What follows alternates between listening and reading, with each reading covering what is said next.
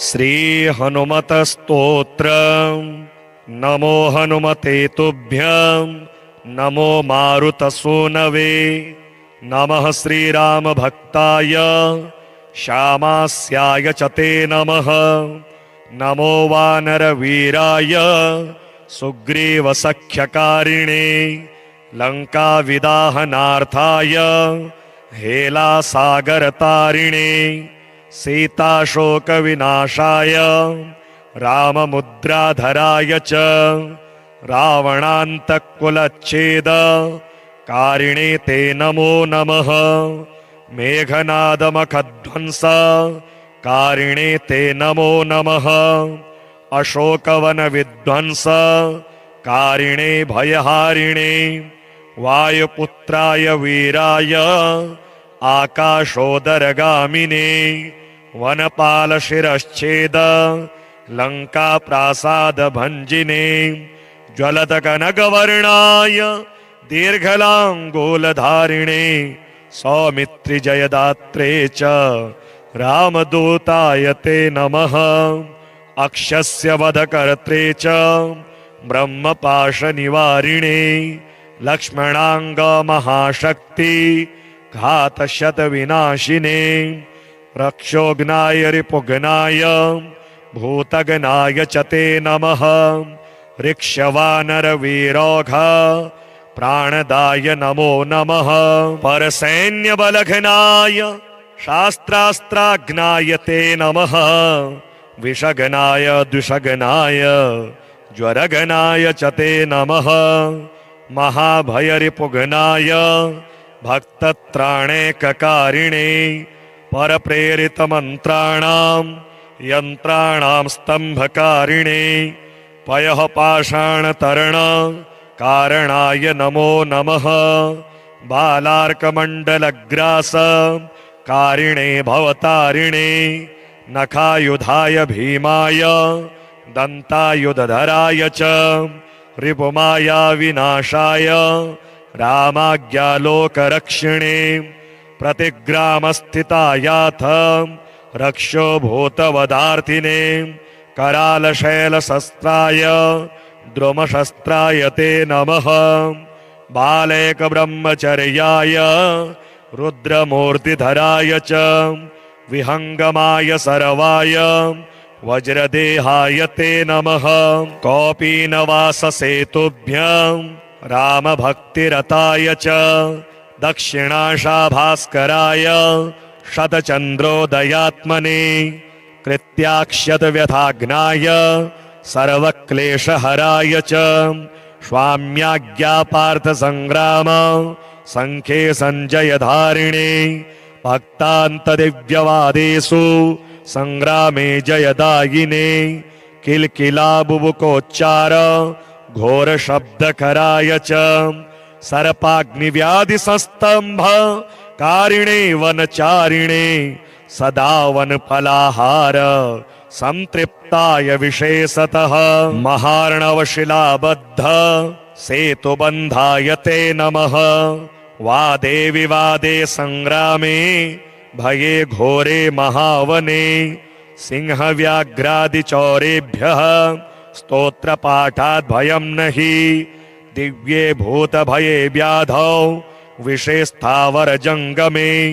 राजशस्त्रभये चोग्रे तथा ग्रहभयेषु च। जले सर्वे महावृष्टौ दुर्भिक्षे प्राणसम्प्लवे। पठेत स्तोत्रं प्रमुच्येत भयेभ्यः सर्वतो नरः।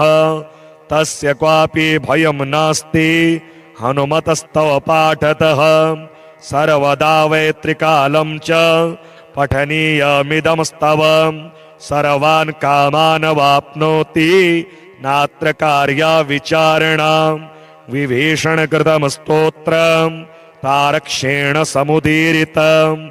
ये पठिष्यन्ति भक्त्या वै सिद्ध्यस्तत्करे स्थिताः। नमो हनुमते तुभ्यं नमो मारुतसूनवे। नमः श्रीराम भक्ताय श्यामास्याय च ते नमः। नमो वानरवीराय सुग्रीवसख्यकारिणे। लङ्काविदाहनार्थाय हेलासागरतारिणे सीताशोकविनाशाय राममुद्राधराय च रावणान्तकुलच्छेद कारिणे ते नमो नमः। मेघनादमखध्वंस कारिणे ते नमो नमः। अशोकवनविध्वंस कारिणे भयहारिणे वायुपुत्राय वीराय आकाशोदरगामिने वनपालशिरश्छेद लङ्काप्रासादभञ्जिने ज्वलतकनकवर्णाय दीर्घलाङ्गूलधारिणे सौमित्रिजयदात्रे च रामदूताय ते नमः। अक्षस्य वधकर्त्रे च ब्रह्मपाशनिवारिणे लक्ष्मणाङ्गमहाशक्ति घातशतविनाशिने रक्षोघ्नाय रिपुघ्नाय भूतघ्नाय च ते नमः। ऋक्षवानरवीरोघ प्राणदाय नमो नमः। परसैन्यबलघ्नाय शास्त्रास्त्राघ्नाय ते नमः। विषघ्नाय द्विषघ्नाय ज्वरघ्नाय च ते नमः। महाभयरिपुघ्नाय भक्तत्राणैककारिणे परप्रेरितमन्त्राणां यन्त्राणां स्तम्भकारिणे पयः पाषाणतरण कारणाय नमो नमः।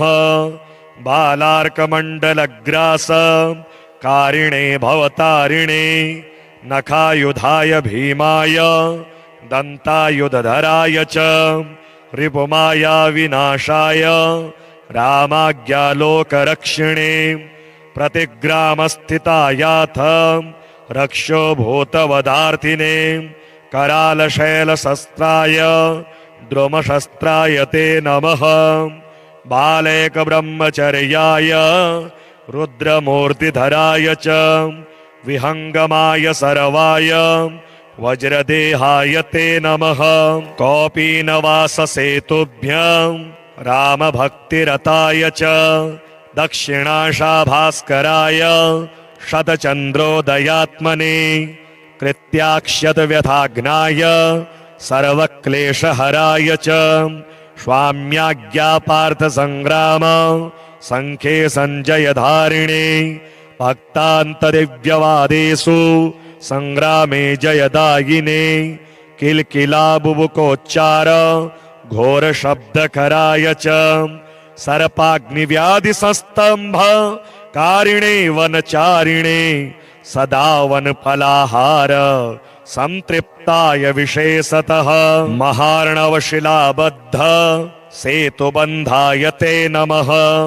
वादे विवादे सङ्ग्रामे भये घोरे महावने सिंहव्याघ्रादिचौरेभ्यः स्तोत्रपाठात् भयं नहि दिव्ये भूतभये व्याधौ विषेस्थावरजङ्गमे राजशस्त्रभये चोग्रे तथा ग्रहभयेषु च जले सर्वे महावृष्टौ दुर्भिक्षे प्राणसम्प्लवे पठेत स्तोत्रं प्रमुच्येत भयेभ्यः सर्वतो नरः तस्य क्वापि भयं नास्ति हनुमतस्तव पाठतः सर्वदा वै त्रिकालं च पठनीयमिदं स्तवं सर्वान् कामान् वाप्नोति नात्र कार्या विचारणा विभीषणकृतं स्तोत्रं तारक्षेण समुदीरितं ये पठिष्यन्ति भक्त्या वै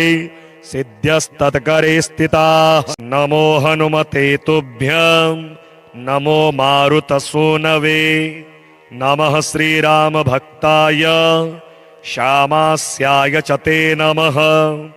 नमो वानरवीराय सुग्रीवसख्यकारिणे लङ्काविदाहनार्थाय हेलासागरतारिणे सीताशोकविनाशाय राममुद्राधराय च रावणान्तकुलच्छेद कारिणे ते नमो नमः।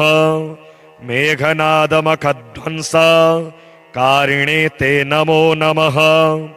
अशोकवन विध्वंस कारिणे भयहारिणे वायुपुत्राय वीराय आकाशोदरगामिने वनपाल शिरश्छेद लंका प्रासाद भंजिने ज्वलत कनकवर्णाय दीर्घलांगूलधारिणे सौमित्रि जयदात्रे च रामदूताय ते नमः। अक्षस्य वधकर्त्रे च ब्रह्मपाशनिवारिणे लक्ष्मणांग महाशक्ति घातशतविनाशिने रक्षोघ्नाय रिपुघ्नाय भूतघ्नाय च ते नमः। ऋक्षवानरवीरोघ प्राणदाय नमो नमः। परसैन्यबलघ्नाय शास्त्रास्त्राघ्नाय ते नमः। विषघ्नाय द्विषघ्नाय ज्वरघ्नाय च ते नमः। महाभयरिपुघ्नाय भक्तत्राणैककारिणे परप्रेरितमन्त्राणां यन्त्राणां स्तम्भकारिणे पयः पाषाणतरण कारणाय नमो नमः। बालार्कमण्डलग्रास कारिणे भवतारिणे नखायुधाय भीमाय दन्तायुधधराय च रिपुमाया विनाशाय रामाज्ञालोकरक्षिणे प्रतिग्रामस्थितायाथ रक्षो भूतवदार्थिने करालशैलशस्त्राय द्रुमशस्त्राय ते नमः। बालैकब्रह्मचर्याय रुद्रमूर्तिधराय च विहङ्गमाय सर्वाय वज्रदेहाय ते नमः। कौपीनवाससेतुभ्यं रामभक्तिरताय च दक्षिणाशाभास्कराय शतचन्द्रोदयात्मने कृत्याक्षतव्यथाग्नाय सर्वक्लेशहराय च स्वाम्याज्ञापार्थसङ्ग्राम सङ्ख्ये सञ्जयधारिणे भक्तान्तदिव्यवादेषु सङ्ग्रामे जयदायिने किल्किलाबुबुकोच्चार घोरशब्दकराय च सर्पाग्निव्याधिसस्तम्भ कारिणे वनचारिणे सदा वनफलाहार संतृप्ताय विशेषतः महार्णवशिलाबद्ध सेतुबन्धाय ते नमः।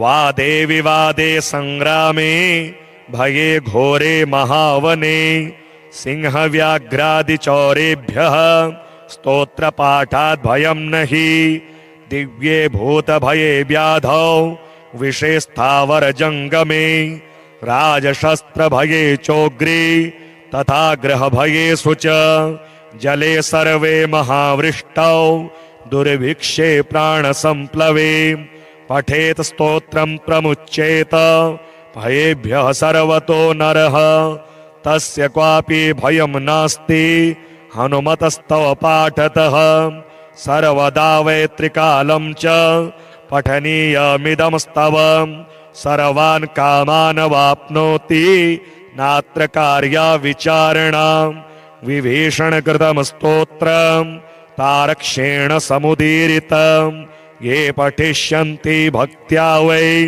सिद्ध्यस्तत्करे स्थिताः। नमो हनुमते तुभ्यं नमो मारुतसूनवे नमः श्रीरामभक्ताय श्यामास्याय च ते नमः। नमो वानरवीराय सुग्रीवसख्यकारिणे लङ्काविदाहनार्थाय हेलासागरतारिणे सीताशोकविनाशाय राममुद्राधराय च रावणान्तकुलच्छेद कारिणे ते नमो नमः। मेघनादमखध्वंस कारिणे ते नमो नमः। अशोकवनविध्वंस कारिणे भयहारिणे वायुपुत्राय वीराय आकाशोदरगामिने वनपालशिरश्छेद लङ्काप्रासादभञ्जिने ज्वलतकनकवर्णाय दीर्घलाङ्गूलधारिणे सौमित्रिजयदात्रे च रामदूताय ते नमः। अक्षस्य वधकर्त्रे च ब्रह्मपाशनिवारिणे लक्ष्मणाङ्गमहाशक्ति घातशतविनाशिने रक्षोघ्नाय रिपुघ्नाय भूतघ्नाय च ते नमः। ऋक्षवानरवीरोघ प्राणदाय नमो नमः। परसैन्यबलघ्नाय शास्त्रास्त्राघ्नाय ते नमः। विषघ्नाय द्विषघ्नाय ज्वरघ्नाय च ते नमः।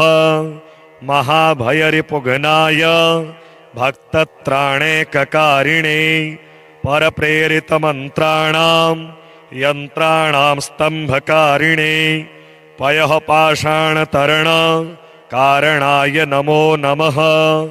बालार्कमण्डलग्रास कारिणे भवतारिणे नखायुधाय भीमाय दन्तायुधधराय च रिपुमाया विनाशाय रामाज्ञालोकरक्षिणे प्रतिग्रामस्थितायाथ रक्षो भूतवदार्थिने करालशैलशस्त्राय द्रुमशस्त्राय ते नमः।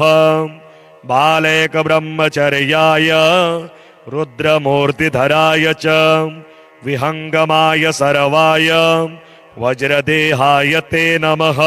कौपीनवाससेतुभ्यं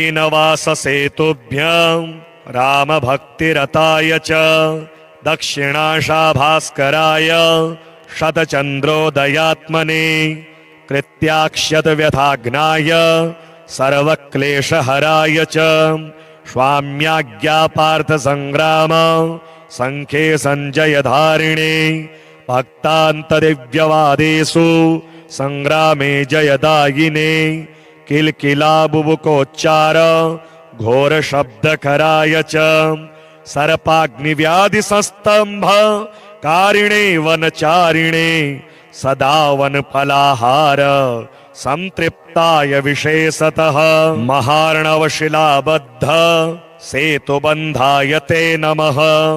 वादे विवादे संग्रामे भये घोरे महावने सिंहव्याघ्रादिचौरेभ्यः स्तोत्रपाठात् भयं नहि दिव्ये भूतभये व्याधौ विषेस्थावरजङ्गमे राजशस्त्रभये चोग्रे तथा ग्रहभयेषु च जले सर्वे महावृष्टौ दुर्भिक्षे प्राणसम्प्लवे पठेत स्तोत्रं प्रमुच्येत भयेभ्यः सर्वतो नरः तस्य क्वापि भयं नास्ति हनुमतस्तव पाठतः सर्वदा वैत्रिकालं च पठनीयमिदमस्तव सर्वान् कामान् वाप्नोति नात्र कार्या विचारणा विभीषणकृतं स्तोत्रं तारक्षेण समुदीरितं ये पठिष्यन्ति भक्त्या वै सिद्ध्यस्तत्करे स्थिताः। नमो हनुमते तुभ्यं नमो मारुतसूनवे नमः श्रीरामभक्ताय श्यामास्याय च ते नमः। नमो वानरवीराय सुग्रीवसख्यकारिणे लङ्काविदाहनार्थाय हेलासागरतारिणे सीताशोकविनाशाय राममुद्राधराय च रावणान्तकुलच्छेद कारिणे ते नमो नमः। मेघनादमखध्वंस कारिणे ते नमो नमः। अशोकवनविध्वंस कारिणे भयहारिणे वायुपुत्राय वीराय आकाशोदरगामिने वनपालशिरश्छेद लङ्काप्रासादभञ्जिने ज्वलतकनकवर्णाय दीर्घलाङ्गूलधारिणे सौमित्रिजयदात्रे च रामदूताय ते नमः। अक्षस्य वधकर्त्रे च ब्रह्मपाशनिवारिणे लक्ष्मणाङ्गमहाशक्ति घातशतविनाशिने रक्षोघ्नाय रिपुघ्नाय भूतघ्नाय च ते नमः ऋक्षवानरवीरोघ प्राणदाय नमो नमः परसैन्यबलघ्नाय शास्त्रास्त्राघ्नाय ते नमः विषघ्नाय द्विषघ्नाय ज्वरघ्नाय च ते नमः महाभयरिपुघ्नाय भक्तत्राणैककारिणे परप्रेरितमन्त्राणां यन्त्राणां स्तम्भकारिणे पयः पाषाणतरण कारणाय नमो नमः बालार्कमण्डलग्रास कारिणे भवतारिणे नखायुधाय भीमाय दन्तायुधधराय च रिपुमाया विनाशाय रामाज्ञालोकरक्षिणे प्रतिग्रामस्थितायाथ रक्षो भूतवदार्थिने करालशैलशस्त्राय द्रुमशस्त्राय ते नमः बालैकब्रह्मचर्याय रुद्रमूर्तिधराय च विहङ्गमाय सर्वाय वज्रदेहाय ते नमः कौपीनवाससेतुभ्यं रामभक्तिरताय च दक्षिणाशाभास्कराय शतचन्द्रोदयात्मने कृत्याक्षतव्यथाघ्नाय सर्वक्लेशहराय च स्वाम्याज्ञापार्थसङ्ग्राम सङ्ख्ये सञ्जयधारिणे भक्तान्तदिव्यवादेषु सङ्ग्रामे जयदायिने किल्किलाबुबुकोच्चार घोरशब्दकराय च सर्पाग्निव्याधिसस्तम्भ कारिणे वनचारिणे सदा वनफलाहार संतृप्ताय विशेषतः महार्णवशिलाबद्ध सेतुबन्धाय ते नमः वादे विवादे सङ्ग्रामे भये घोरे महावने सिंहव्याघ्रादिचौरेभ्यः स्तोत्रपाठात् भयं नहि दिव्ये भूतभये व्याधौ विषेस्थावरजङ्गमे राजशस्त्रभये चोग्रे तथा ग्रहभयेषु च जले सर्वे महावृष्टौ दुर्भिक्षे प्राणसम्प्लवे पठेत स्तोत्रं प्रमुच्येत भयेभ्यः सर्वतो नरः तस्य क्वापि भयं नास्ति हनुमतस्तव पाठतः सर्वदा वै त्रिकालं च पठनीयमिदं स्तवं सर्वान् कामान् वाप्नोति नात्र कार्या विचारणा विभीषणकृतं स्तोत्रं तारक्षेण समुदीरितं ये पठिष्यन्ति भक्त्या वै सिद्ध्यस्तत्करे स्थिताः नमो हनुमते तुभ्यं नमो मारुतसूनवे नमः श्रीरामभक्ताय श्यामास्याय च ते नमः नमो वानरवीराय सुग्रीवसख्यकारिणे लङ्काविदाहनार्थाय हेलासागरतारिणे सीताशोकविनाशाय राममुद्राधराय च रावणान्तकुलच्छेद कारिणे ते नमो नमः मेघनादमखध्वंस कारिणे ते नमो नमः अशोकवनविध्वंस कारिणे भयहारिणे वायुपुत्राय वीराय आकाशोदरगामिने वनपालशिरश्छेद लङ्काप्रासादभञ्जिने ज्वलतकनकवर्णाय दीर्घलाङ्गूलधारिणे सौमित्रिजयदात्रे च रामदूताय ते नमः अक्षस्य वधकर्त्रे च ब्रह्मपाशनिवारिणे लक्ष्मणाङ्गमहाशक्ति घातशतविनाशिने रक्षोघ्नाय रिपुघ्नाय भूतघ्नाय च ते नमः ऋक्षवानरवीरोघ प्राणदाय नमो नमः परसैन्यबलघ्नाय शास्त्रास्त्राघ्नाय ते नमः विषगनाय द्विषगनाय ज्वरगनाय च ते नमः महाभयरिपुगनाय भक्तत्राणैककारिणे परप्रेरितमन्त्राणां यन्त्राणां स्तम्भकारिणे पयः पाषाणतरण कारणाय नमो नमः बालार्कमण्डलग्रास कारिणे भवतारिणे नखायुधाय भीमाय दन्तायुधधराय च रिपुमाया विनाशाय रामाज्ञालोकरक्षिणे प्रतिग्रामस्थितायाथ रक्षो भूतवदार्थिने करालशैलशस्त्राय द्रुमशस्त्राय ते नमः बालैकब्रह्मचर्याय रुद्रमूर्तिधराय च विहङ्गमाय सर्वाय वज्रदेहाय ते नमः कौपीनवाससेतुभ्यं रामभक्तिरताय च दक्षिणाशाभास्कराय शतचन्द्रोदयात्मने कृत्याक्षतव्यथाग्नाय सर्वक्लेशहराय च स्वाम्याज्ञापार्थसङ्ग्राम सङ्ख्ये सञ्जयधारिणे भक्तान्तदिव्यवादेषु सङ्ग्रामे जयदायिने किल्किलाबुबुकोच्चार घोरशब्दकराय च सर्पाग्निव्याधिसस्तम्भ कारिणे वनचारिणे सदा वनफलाहार संतृप्ताय विशेषतः महार्णवशिलाबद्ध सेतुबन्धाय ते नमः वादे विवादे संग्रामे भये घोरे महावने सिंहव्याघ्रादिचौरेभ्यः स्तोत्रपाठात् भयं नहि दिव्ये भूतभये व्याधौ विषेस्थावरजङ्गमे राजशस्त्रभये चोग्रे तथा ग्रहभयेषु च जले सर्वे महावृष्टौ दुर्भिक्षे प्राणसम्प्लवे पठेत स्तोत्रं प्रमुच्येत भयेभ्यः सर्वतो नरः तस्य क्वापि भयं नास्ति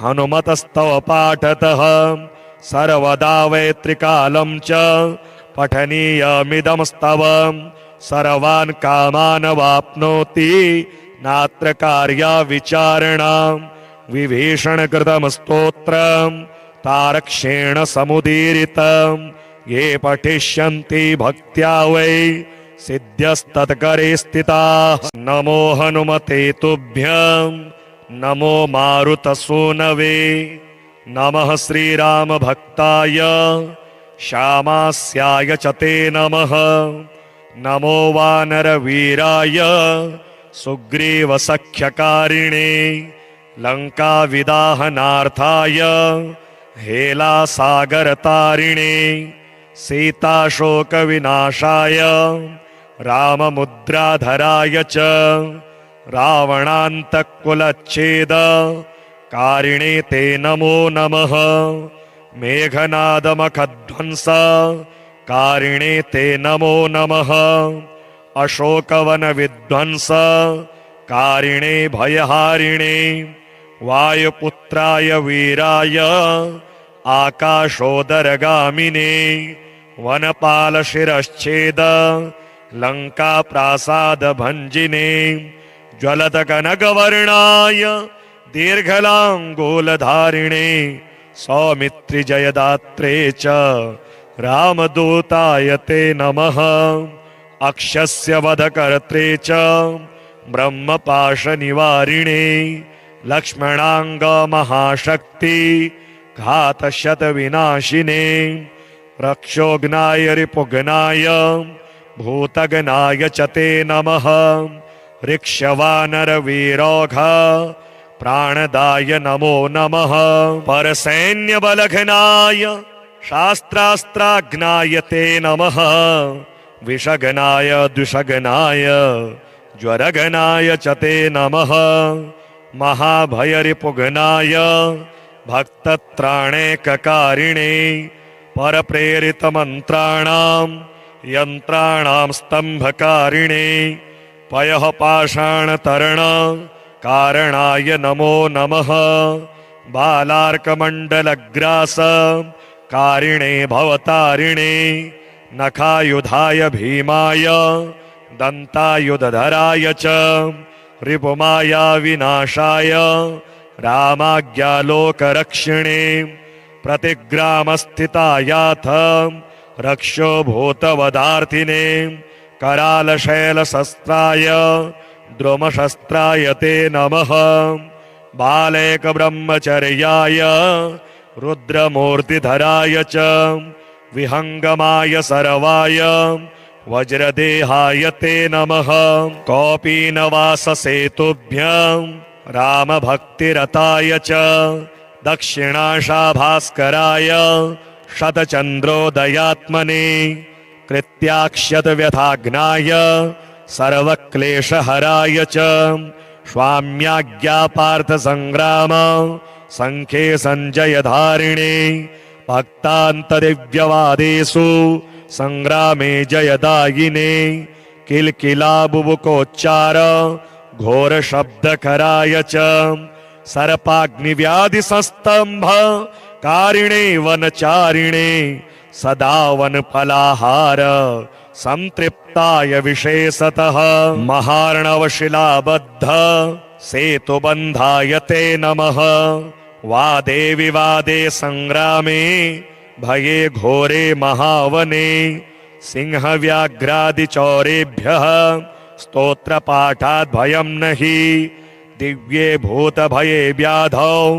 विषेस्थावरजङ्गमे राजशस्त्रभये चोग्रे तथा ग्रहभयेषु च जले सर्वे महावृष्टौ दुर्भिक्षे प्राणसम्प्लवे पठेत स्तोत्रं प्रमुच्येत भयेभ्यः सर्वतो नरः तस्य क्वापि भयं नास्ति हनुमतस्तव पाठतः सर्वदा वैत्रिकालं च पठनीयमिदमस्तव सर्वान् कामान् वाप्नोति नात्र कार्या विचारणा विभीषणकृतं स्तोत्रं तारक्षेण समुदीरितं ये पठिष्यन्ति भक्त्या वै सिद्ध्यस्तत्करे स्थिताः नमो हनुमते तुभ्यं नमो मारुतसूनवे नमः श्रीरामभक्ताय श्यामास्याय च ते नमः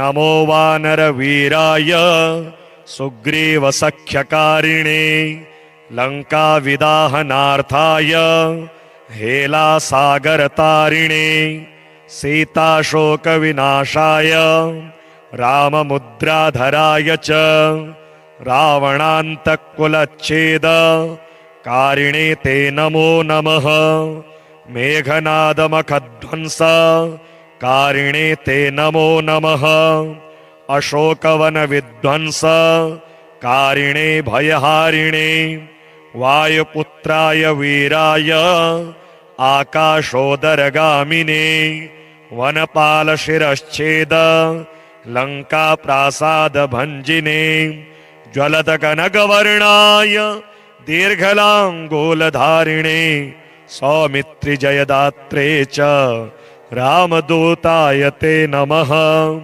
अक्षस्य वधकर्त्रे च ब्रह्मपाशनिवारिणे लक्ष्मणाङ्गमहाशक्ति घातशतविनाशिने रक्षोघ्नाय रिपुघ्नाय भूतघ्नाय च ते नमः ऋक्षवानरवीरोघ प्राणदाय नमो नमः परसैन्यबलघ्नाय शास्त्रास्त्राघ्नाय ते नमः विषघ्नाय द्विषघ्नाय ज्वरघ्नाय च ते नमः महाभयरिपुघ्नाय भक्तत्राणैककारिणे परप्रेरितमन्त्राणां यन्त्राणां स्तम्भकारिणे पयः पाषाणतरण कारणाय नमो नमः बालार्कमण्डलग्रास कारिणे भवतारिणे नखायुधाय भीमाय दन्तायुधधराय च रिपुमाया विनाशाय रामाज्ञालोकरक्षिणे प्रतिग्रामस्थितायाथ रक्षो भूतवदार्थिने करालशैलशस्त्राय द्रुमशस्त्राय ते नमः बालैकब्रह्मचर्याय रुद्रमूर्तिधराय च विहंगमाय सर्वाय वज्रदेहाय ते नमः कौपीनवाससेतुभ्यं रामभक्तिरताय च दक्षिणाशाभास्कराय शतचन्द्रोदयात्मने कृत्याक्षतव्यथाग्नाय सर्वक्लेशहराय च स्वाम्याज्ञापार्थसंग्राम संख्ये सञ्जयधारिणे भक्तान्तदिव्यवादेषु संग्रामे जयदायिने किलकिलाबुबुकोच्चार घोरशब्दकराय च सर्पाग्निव्याधिसस्तंभ कारिणे वनचारिणे सदा वनफलाहार संतृप्ताय विशेषतः महार्णवशिलाबद्ध सेतुबन्धाय ते नमः वादे विवादे संग्रामे भये घोरे महावने सिंहव्याघ्रादिचौरेभ्यः स्तोत्रपाठात् भयं नहि दिव्ये भूतभये व्याधौ विषेस्थावर जंगमे राजशस्त्रभये चोग्रे तथा ग्रहभयेषु च जले सर्वे महावृष्टौ दुर्भिक्षे प्राणसंप्लवे पठेत स्तोत्रं प्रमुच्येत भयेभ्यः सर्वतो नरः तस्य क्वापि भयं नास्ति हनुमतस्तव पाठतः सर्वदा वै त्रिकालं च पठनीयमिदं स्तवं सर्वान् कामान् वाप्नोति नात्र कार्या विचारणा विभीषणकृतं स्तोत्रं तारक्षेण समुदीरितं ये पठिष्यन्ति भक्त्या वै सिद्ध्यस्तत्करे स्थिताः नमो हनुमते तुभ्यं नमो मारुतसूनवे नमः श्रीरामभक्ताय श्यामास्याय च ते नमः नमो वानरवीराय सुग्रीवसख्यकारिणे लङ्काविदाहनार्थाय हेलासागरतारिणे सीताशोकविनाशाय राममुद्राधराय च रावणान्तकुलच्छेद कारिणे ते नमो नमः मेघनादमखध्वंस कारिणे ते नमो नमः अशोकवनविध्वंस कारिणे भयहारिणे वायुपुत्राय वीराय आकाशोदरगामिने वनपालशिरश्छेद लङ्काप्रासादभञ्जिने ज्वलतकनकवर्णाय दीर्घलाङ्गूलधारिणे सौमित्रिजयदात्रे च रामदूताय ते नमः अक्षस्य वधकर्त्रे च ब्रह्मपाशनिवारिणे लक्ष्मणाङ्गमहाशक्ति घातशतविनाशिने रक्षोघ्नाय रिपुघ्नाय भूतघ्नाय च ते नमः ऋक्षवानरवीरोघ प्राणदाय नमो नमः परसैन्यबलघ्नाय शास्त्रास्त्राघ्नाय ते नमः विषघ्नाय द्विषघ्नाय ज्वरघ्नाय च ते नमः महाभयरिपुघ्नाय भक्तत्राणैककारिणे परप्रेरितमन्त्राणां यन्त्राणां स्तम्भकारिणे पयः पाषाणतरण कारणाय नमो नमः बालार्कमण्डलग्रास कारिणे भवतारिणे नखायुधाय भीमाय दन्तायुधधराय च रिपुमाया विनाशाय रामाज्ञालोकरक्षिणे प्रतिग्रामस्थितायाथ रक्षो भूतवदार्थिने करालशैलशस्त्राय द्रुमशस्त्राय ते नमः बालैकब्रह्मचर्याय रुद्रमूर्तिधराय च विहंगमाय सर्वाय वज्रदेहाय ते नमः कौपीनवाससेतुभ्यं रामभक्तिरताय च दक्षिणाशाभास्कराय शतचन्द्रोदयात्मने कृत्याक्षतव्यथाग्नाय सर्वक्लेशहराय च स्वाम्याज्ञापार्थसङ्ग्राम सङ्ख्ये सञ्जयधारिणे भक्तान्तदिव्यवादेषु सङ्ग्रामे जयदायिने किलकिलाबुबुकोच्चार घोरशब्दकराय च सर्पाग्निव्याधिसस्तम्भ कारिणे वनचारिणे सदा वनफलाहार संतृप्ताय विशेषतः महार्णवशिलाबद्ध सेतुबन्धाय ते नमः वादे विवादे संग्रामे भये घोरे महावने सिंहव्याघ्रादिचौरेभ्यः स्तोत्रपाठात् भयं नहि दिव्ये भूतभये व्याधौ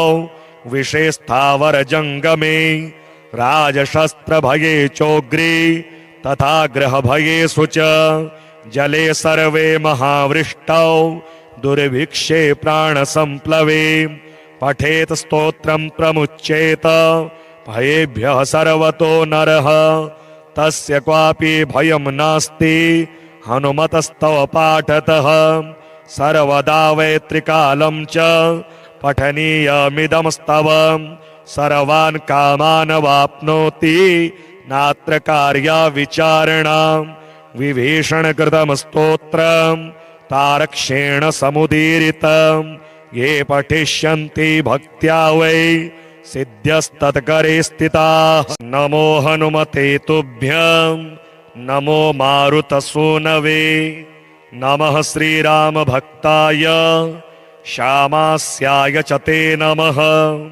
नमो वानरवीराय सुग्रीवसख्यकारिणे लङ्काविदाहनार्थाय हेलासागरतारिणे सीताशोकविनाशाय राममुद्राधराय च रावणान्तकुलच्छेद कारिणे ते नमो नमः मेघनादमखध्वंस कारिणे ते नमो नमः अशोकवनविध्वंस कारिणे भयहारिणे वायुपुत्राय वीराय आकाशोदरगामिने वनपालशिरश्छेद लङ्काप्रासादभञ्जिने ज्वलतकनकवर्णाय दीर्घलाङ्गूलधारिणे सौमित्रिजयदात्रे च रामदूताय ते नमः अक्षस्य वधकर्त्रे च ब्रह्मपाशनिवारिणे लक्ष्मणाङ्गमहाशक्ति घातशतविनाशिने रक्षोघ्नाय रिपुघ्नाय भूतघ्नाय च ते नमः ऋक्षवानरवीरोघ प्राणदाय नमो नमः परसैन्यबलघ्नाय शास्त्रास्त्राघ्नाय ते नमः विषघ्नाय द्विषघ्नाय ज्वरघ्नाय च ते नमः महाभयरिपुघ्नाय भक्तत्राणैककारिणे परप्रेरितमन्त्राणां यन्त्राणां स्तम्भकारिणे पयः पाषाणतरण कारणाय नमो नमः बालार्कमण्डलग्रास कारिणे भवतारिणे नखायुधाय भीमाय दन्तायुधधराय च रिपुमाया विनाशाय रामाज्ञालोकरक्षिणे प्रतिग्रामस्थितायाथ रक्षो भूतवदार्थिने करालशैलशस्त्राय द्रुमशस्त्राय ते नमः बालैकब्रह्मचर्याय रुद्रमूर्तिधराय च विहङ्गमाय सर्वाय वज्रदेहाय ते नमः कौपीनवाससेतुभ्यं रामभक्तिरताय च दक्षिणाशाभास्कराय शतचन्द्रोदयात्मने कृत्याक्षतव्यथाग्नाय सर्वक्लेशहराय च स्वाम्याज्ञा पार्थ संग्राम संख्ये संजय धारिणे भक्तांत दिव्यवादेषु संग्रामे जयदायिने किलकिला बुबुकोच्चार घोर शब्द कराय च सर्पाग्निव्याधि संस्तंभ कारिणे वनचारिणे सदा वन फलाहार संतृप्ताय विशेषतः महार्णवशिलाबद्ध सेतुबंधाय ते नमः वादे विवादे संग्रामे भये घोरे महावने सिंहव्याघ्रादिचौरेभ्यः स्तोत्रपाठात् भयं नहि दिव्ये भूतभये व्याधौ विषेस्थावर जंगमे राजशस्त्रभये चोग्रे तथा ग्रहभयेषु च जले सर्वे महावृष्टौ दुर्भिक्षे प्राणसंप्लवे पठेत स्तोत्रं प्रमुच्येत भयेभ्यः सर्वतो नरः तस्य क्वापि भयं नास्ति हनुमतस्तव पाठतः सर्वदा वैत्रिकालं च पठनीयमिदमस्तव सर्वान् कामान् वाप्नोति नात्र कार्या विचारणा विभीषणकृतं स्तोत्रं तारक्षेण समुदीरितं ये पठिष्यन्ति भक्त्या वै सिद्ध्यस्तत्करे स्थिताः।